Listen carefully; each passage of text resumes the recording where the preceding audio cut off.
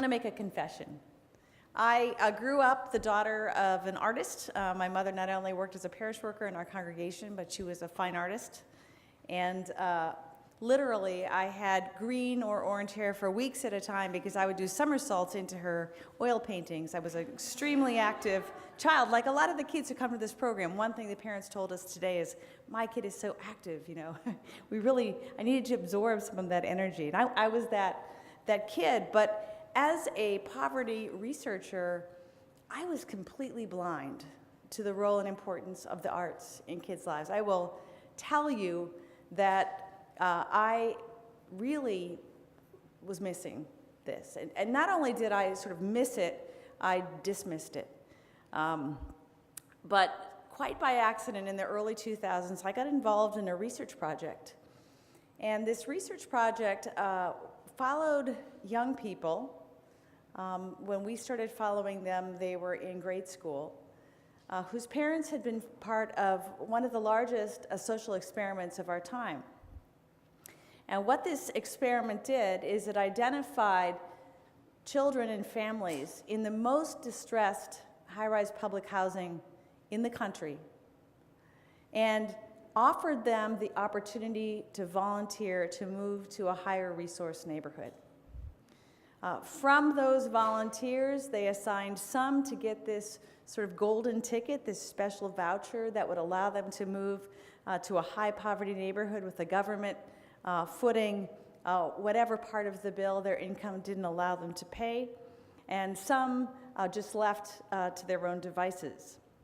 And so this experiment had happened in the late 1990s, and in 2002 in Baltimore, we began following the children that had been involved in this experiment, whose parents had moved. So I first went to Baltimore in 2002, 2003.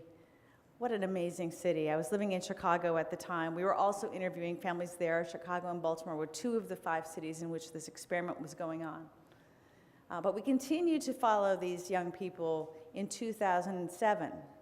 Then in 2010, over that summer, I was teaching at Harvard at the time at the Kennedy School. Our whole family moved to Baltimore so we could watch these young people transition to adulthood.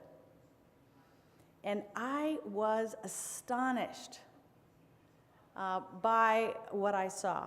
And I'll tell you how the arts come into that situation in a moment. But the first thing that struck me before sort of the arts insight hit was that here were a group of young people that society had given up on. They were considered hopeless, unhelpable, and indeed they had hailed from, quite literally, at least in the Baltimore case, some of the highest poverty, most disadvantaged, most violent neighborhoods in our nation. If you've seen David Simon's series, The Wire, those were the buildings where these kids grew up. In fact, some of our young people had been extras on The Wire. And what we observed over time, so their parents had gotten this golden ticket in the late 1990s, and we were following them all the way through 2012, when we concluded the study, was an astonishing fact. Now, you might assume most of these kids got caught up in some way in the streets. But we found that what we found over the course of our study is that only a tiny number, 27 of the 150 kids we followed, had ever engaged in any kind of illegal behavior other than smoking pot. 82% of these kids were on track by studies end. They were aspirational. They had dreams. But they also exhibited an enormous intergenerational leap forward from where their parents had been. Now, this experiment got them to an average neighborhood. It didn't get them to a high-resource neighborhood. It didn't get them to the best schools. It got them to sort of the average that the city of Baltimore had to offer, which, frankly, is not that great. Nonetheless, only 7% of their parents had graduated from high school. For these kids, that figure was 72%, the city's average. 30% 13% of their parents had at least attempted some sort of post-secondary education. For these kids, that rate was 51%. Again, about the city's average. 50% of their parents had been involved in illegal activity as young people themselves, and as I said, that figure was only 18% for these youth. Also, 60% of these kids reported parental substance use, that one of their parents was an addict while they were growing up. Almost no one in our sample was experiencing significant levels of substance abuse or addiction. This is what happens when you just give somebody the average. Now, we were able to follow up these kids and the other kids that participated in the experiment longer. We were able to use IRS data, thanks to the IRS. A team of economists actually conducted this work, who we were partnering with. And as they reached the middle of their 20s, and again, we're just giving kids the average. They reported 31% higher earnings, 32% increased college going, and the quality of the colleges that you were going to was higher. And they were 26% less likely to become single parents. Now, what the researchers concluded, this team of researchers that have been following these kids for the last 20 years, was that this was not due to sort of the usual suspects. It wasn't because their parents were closer to jobs or any of that. It was because as young people, they were exposed to a broader range of opportunities. They were exposed to communities that were more likely to have a recreation center, an arts program, a school that had more of these kinds of opportunities. What the researchers identified was responsible for these incredible gains for these kids was what they called a developmental effect. The developmental context had been transformed by simply moving from a very high poverty neighborhood to the city's average.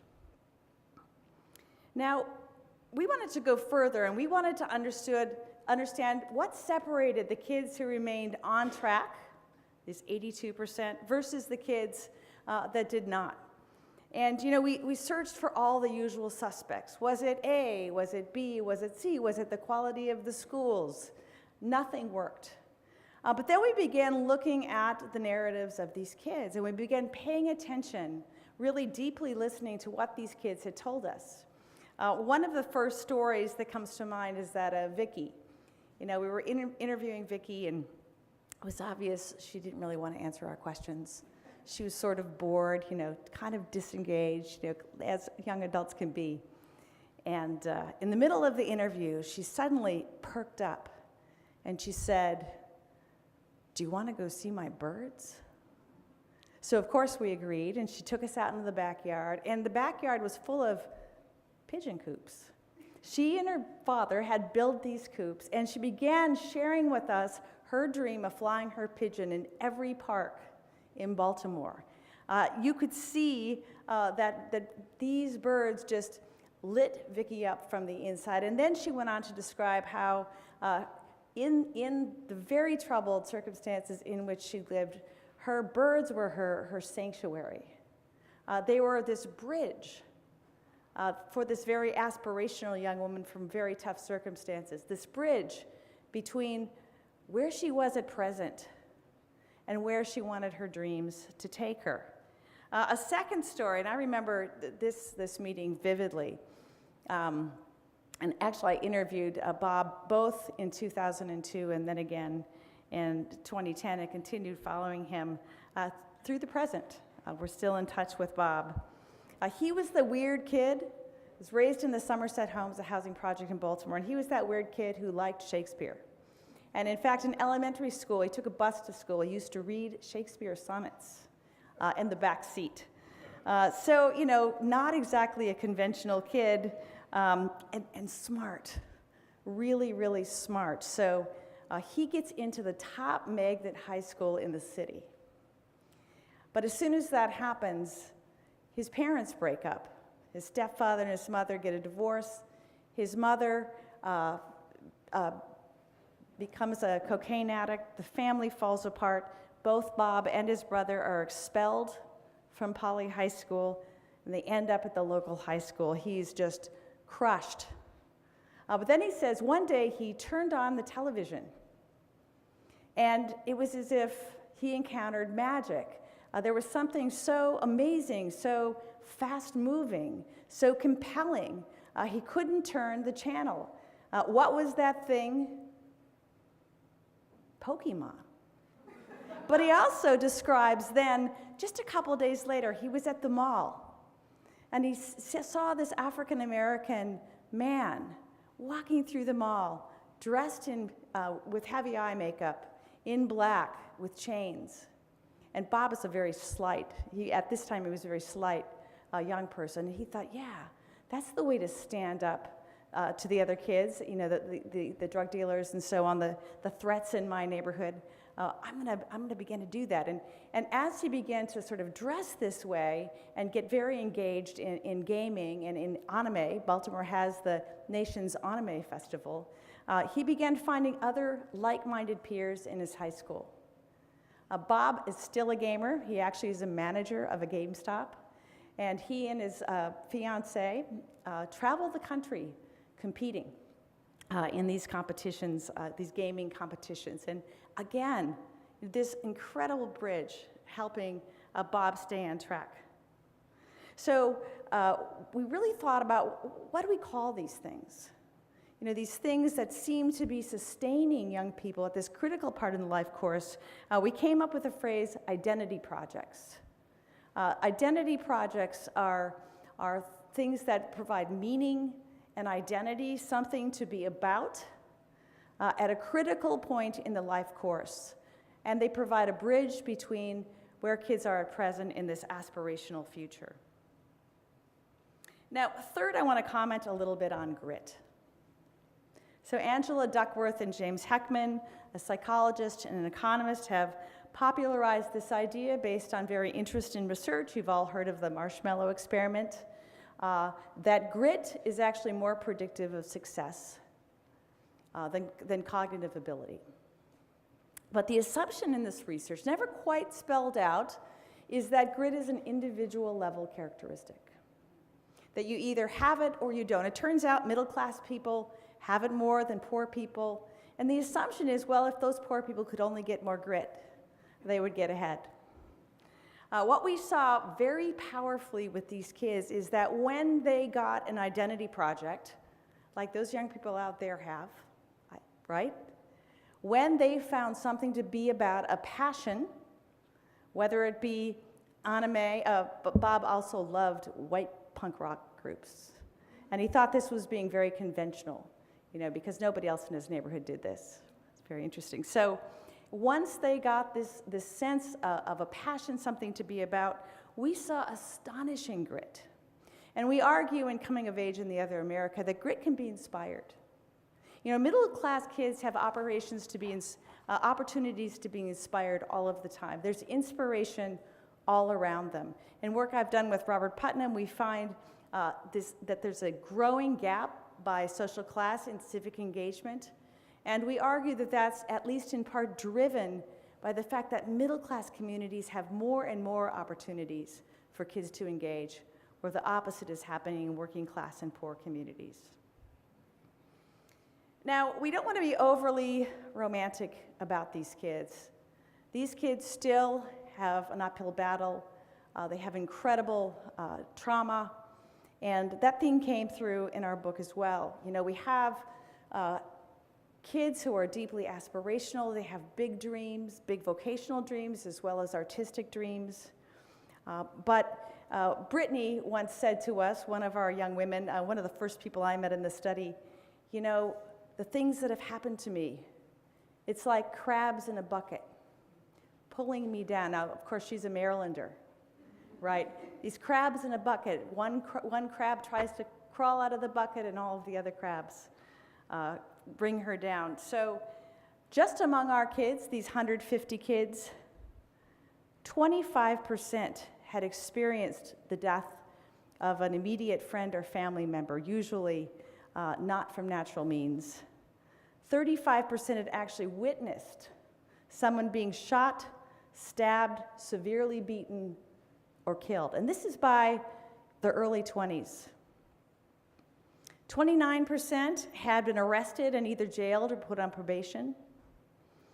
15% had been a victim of rape or severe physical abuse.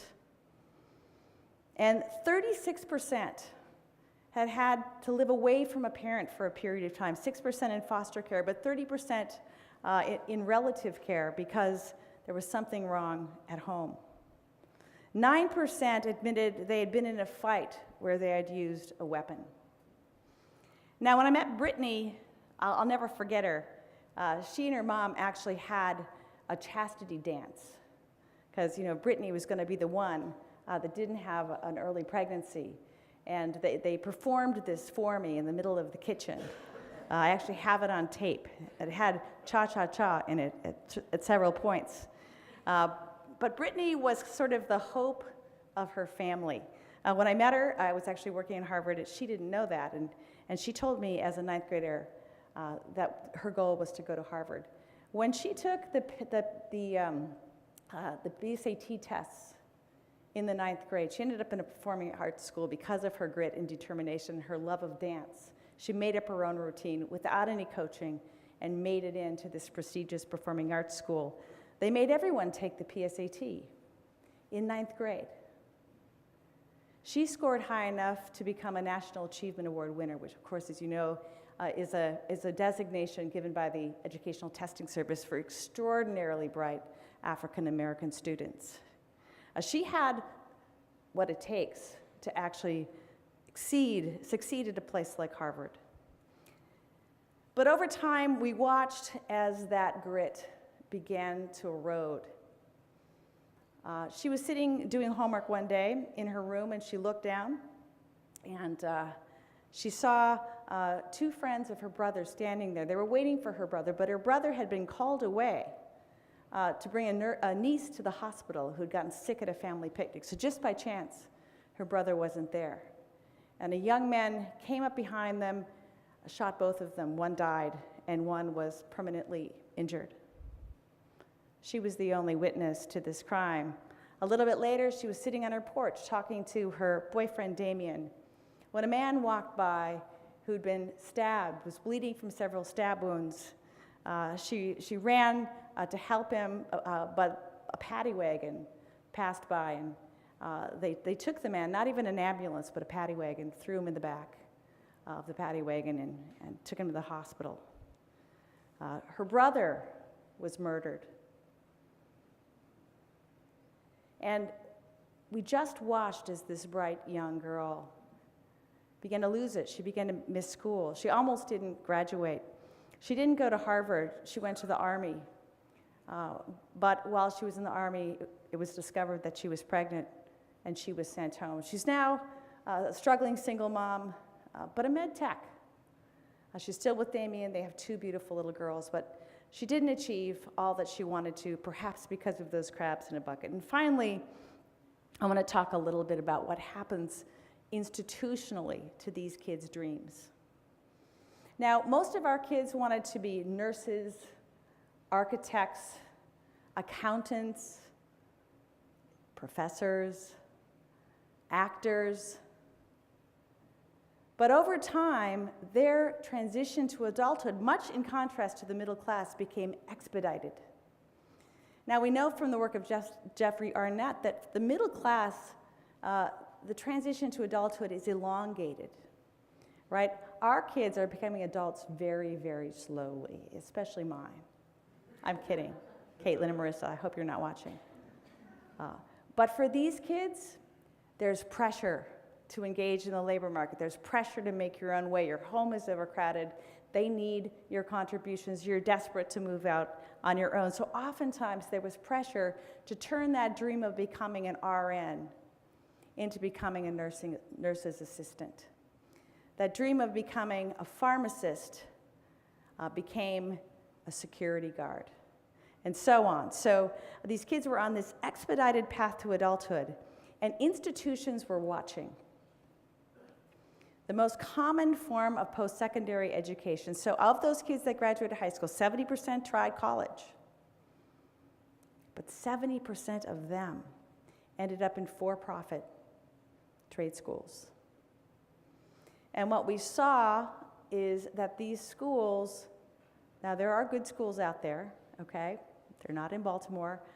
These schools, for the most part, got them into debt, trampled their dreams, and left them with worthless credentials or incomplete. So what we saw at the end was incredible exploitation on the part of the institutions that should have bolstered these kids' dreams, that should have taken those aspirations and shaped them. So I think in our advocacy, in our activism, we need to be that bridge, those people that provide young people with the inspiration, right, to get from where they are to what they dream of being. But we also need to be advocates in the institutional marketplaces that they find themselves in, and aware of the kinds of exploitation that they're at risk of. So I'm going to stop there, and I'm hoping that we can have a rich discussion together. Thank you.